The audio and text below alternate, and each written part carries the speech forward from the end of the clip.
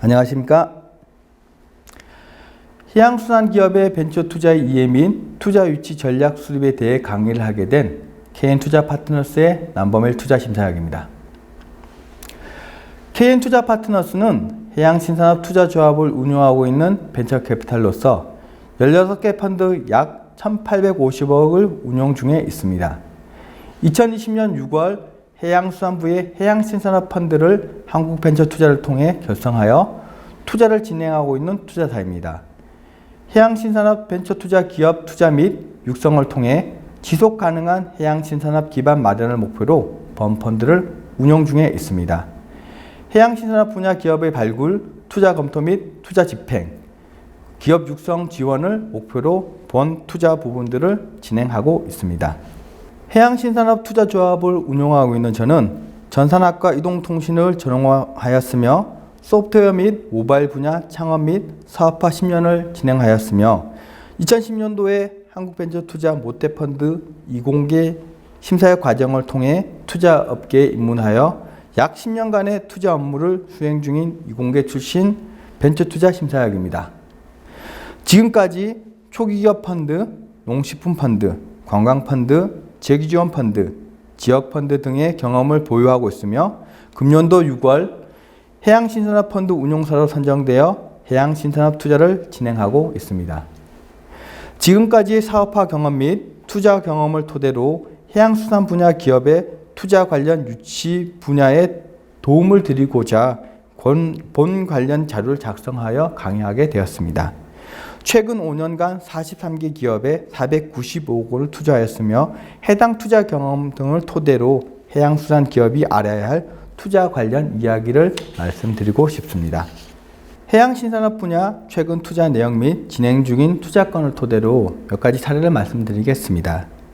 기존 투자했었던 2019년도 D사의 경우 및 올 11월 초 투자 집행을 목표로 진행 중인 기업을 사례로 말씀드리고자 합니다. 2019년 투자했던 D사의 경우 해양 선박 관련 환경부품 사업화 기업으로서 첫 기업 발굴에서 투자 집행까지 약 9개월의 시간이 소요되었습니다. 투자 검토 당시 해양 관련 분야에 대한 국제 IMO 규제에 관련된 부분에 있어서 해당 관련된 산업이 성장이 기대되었고 국내 대형 선박사 H사와의 신규 선박 관련 사업 파트너로 선정되어 사업화를 진행하고 있으며 엔진 파트너사 만사와의 국내 인증 파트너라는 투자 포인트를 잡고 본격적인 투자 검토를 진행하게 되었습니다. 초기 업체를 발굴하고 해당 IMO 규제에 대한 이해, 산업 분야에 대한 서플라이 체인 구조의 확인, 향후 실제 매출 가능성에 대한 부분들을 확인하고 확신하는 데 오랜 시간이 소요되었습니다. 이후 투자 집행을 위해 투자사 내부 IR 및 예비 투심, 기업 가치 조율, 본투심 등을 토대로 최종 투자까지 마무리 지을 수 있었습니다. 여기서 말씀드리고 싶은 사항은 투자사에 만나시는 심사역이 해당 분야에 대한 이해와 투자 포인트에 대한 확신을 토대로 투자 관련 업무가 진행된다는 것을 말씀드리고 싶습니다. 최근 투자 관련 예정 기업에 대한 사항으로 말씀드려 보겠습니다. 2020년 11월 초 투자 예정사인 E사의 경우 전기선박 추진체 핵심 부품을 사업화하고 있는 기업으로서 2018년 7월에 벤처기업협회 IR을 토대로 첫 미팅을 진행하게 되었습니다. 해당 IR을 토대로 국내 내연기관 및 해외 엔진 관련된 분야의 시장 자체가 많이 변화될 것이라는 것을 알게 되었고 이후에도 주기적인 공개 IR을 토대로 기업의 사업화 현황을 알게 되었습니다. 본격적인 투자 검토의 경우 해양신산업 펀드의 결성 이후에 주목적 투자 대상에 부합해서 적극적인 검토를 진행하게 되었고 6월부터 본격적인 검토 및 산업 파악을 하기 위해 주력으로 진행하였습니다. 이후 투자기관 내부 IR 및 예비 투심 등을 진행하였으며 11월 초경에 자금 집행을 위해 최종적인 사업화 부분들 점검에 진행 중인 상태입니다. 두 가지 사례에서 말씀드리고 싶은 사항은 이것입니다. 투자회사 담당자들이 해당 분야에 대한 이해와 향후 성장성, 투자에 대한 확신을 하기 위해 지속적인 관심과 노력이 필요하다는 것입니다. 이를 위해서는 투자사와 커뮤니케이션 할 수 있는 기업의 준비 과정도 필요하다는 말씀 드리고 싶습니다. 투자사와 커뮤니케이션 하시려면 투자 관련한 프로세스와 용어들에 대해서도 어느 정도 알고 계셔야 합니다. 원활한 의사소통이 가능하시려면 그런 관련된 부분들을 투자사와 함께, 기업과 함께 만들어 가야 되는 부분이라 생각합니다. 그럼 기업의 성장 단계와 자금 확보 방안에 대해서 설명드리도록 하겠습니다. 기업의 성장 지원 단계별 자금 부문에 대해서 설명드려 보겠습니다. 시장에서는 자금 조달에 대한 다양한 플레이들이 존재하고 있습니다. 그중 벤처 투자자들은 기존에는 스타트업 단계 및 시리즈 A 단계의 투자를 많이 하였습니다. 그러나 최근 단계에서는 아이디어 단계 및 상장 직전 단계까지도 투자 영역을 확대하고 있습니다.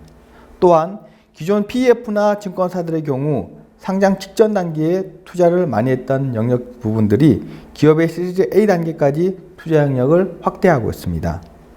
창업자분들께서는 하시고 계신 사업의 단계가 어느 단계냐를 알고 계셔야 하며 해당 분야에 대한 투자를 하는 투자사를 알고 계신 상태에서 투자사에 대한 대응을 하셔야 된다는 말씀 드리고 싶습니다. 투자사에 대한 투자 분야, 투자 금액, 펀드에 대한 성격 등을 알고 나와 맞는 투자사와의 커뮤니케이션이 필요하다는 부분 말씀드리고 싶습니다.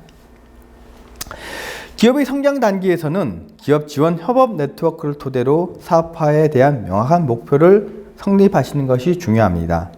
기업 단계별로 많은 차이는 있겠지만 기업 초기 단계를 기준으로 말씀드려 보겠습니다. 초기 단계에서는 해양수산 분야의 기업의 경우 사업화 초기에 협업 네트워크를 토대로 비즈니스의 정립이 중요합니다.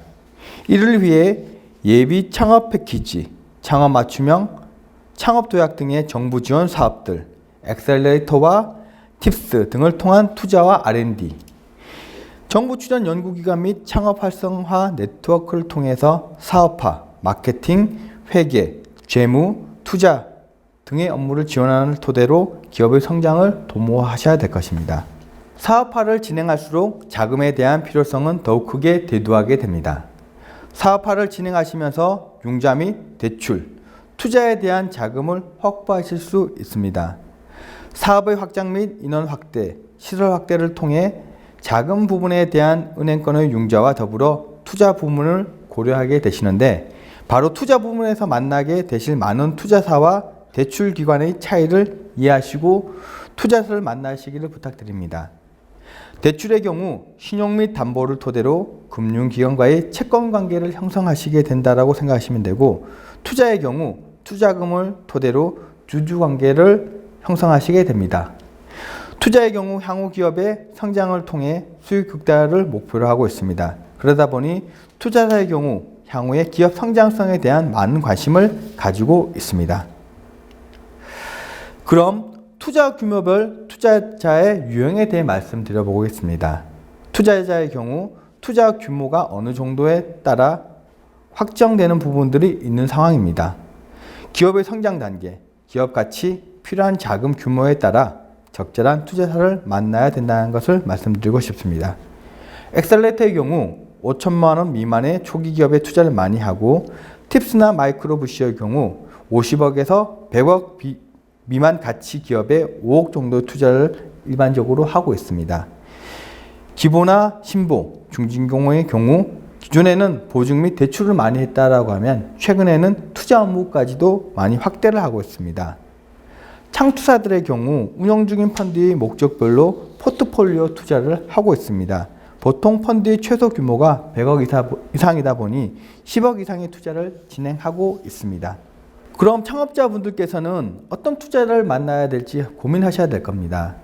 창업자분들께서는 기업의 설립 기간, 성장 단계, 매출 규모, 사업 분야, 기업 가치 및 자금 조달 규모에 대해서 이해를 하시고 나서 현재 상황에 맞는 투자사를 만나시기를 권고드립니다.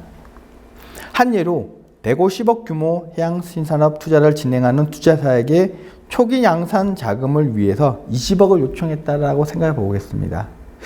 초기 기업이다 보니 회사에 대한 사업 부분의 초기 단계에서 매출이나 실제적인 양산 부분들이 이루어지지 않은 단계에서 회사 가치를 보통 30억에서 50억 정도 가정을 할 수 있습니다.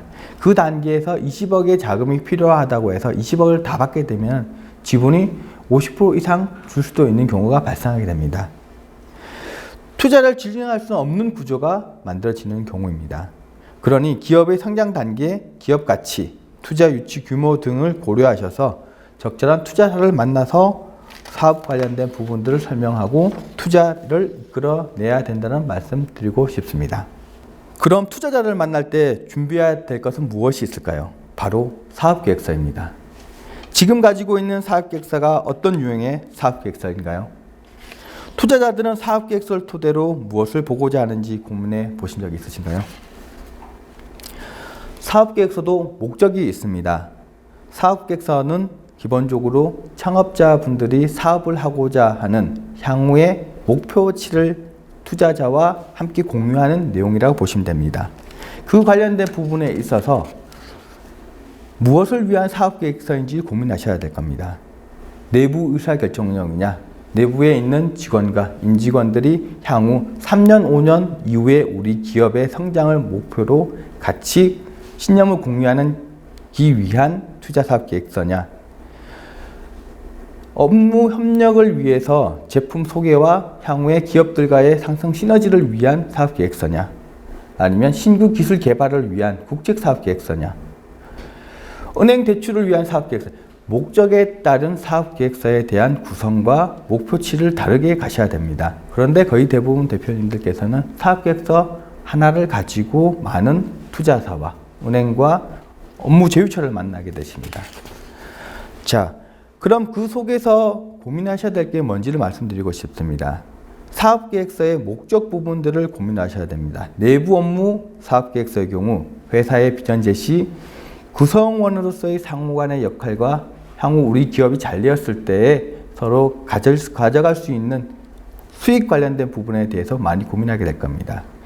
외부 업무용 관련된 부분 사업계획서는 제휴와 시너지 관련된 부분에 대한 사업 내용들을 담고 있습니다.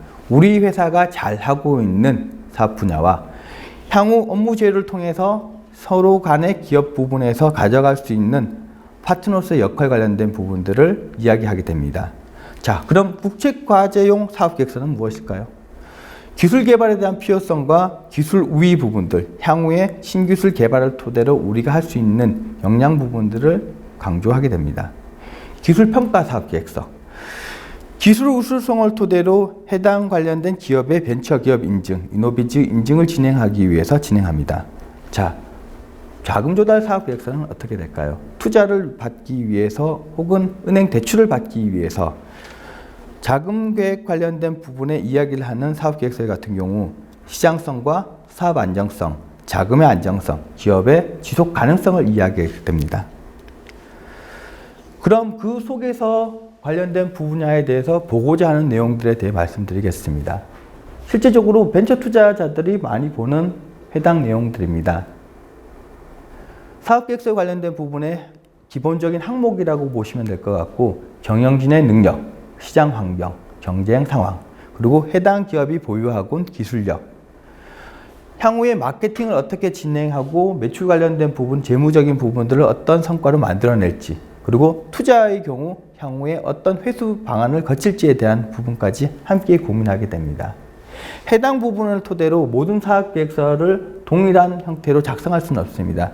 대신 각각 파트별로 우리 회사가 가지고 있는 장점과 향후에 어떤 식으로 보완할지에 대한 내용들을 준비하셔야 될 겁니다. 사업계획서 관련된 부분에 대해서 각각 파트별로 내용들을 준비하시고 나서 만나는 대상, 목적에 따라 요약사업계획서, 발표용 사업계획서, 그리고 서술형 사업계획서를 준비하셔서 많은 투자사나 혹은 업무에 맞게끔 작성을 하셔야 된다는 말씀드리고 싶습니다. 네, 다음으로 벤처 캐피탈 생태계에 대해서 말씀드리겠습니다.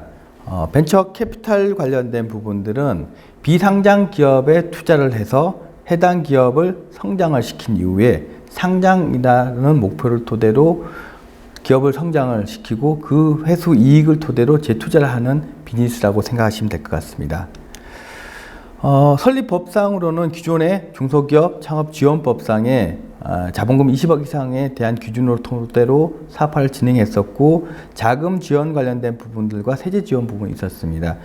투자 관련된 부분에 있어서는 7년 이내에 기업의 40% 이상 투자를 해야 되며, 투자 관련된 금지 업종이나 관련된 사행성 부분에 대한 투자가 금지되어 있는 부분도 있었습니다.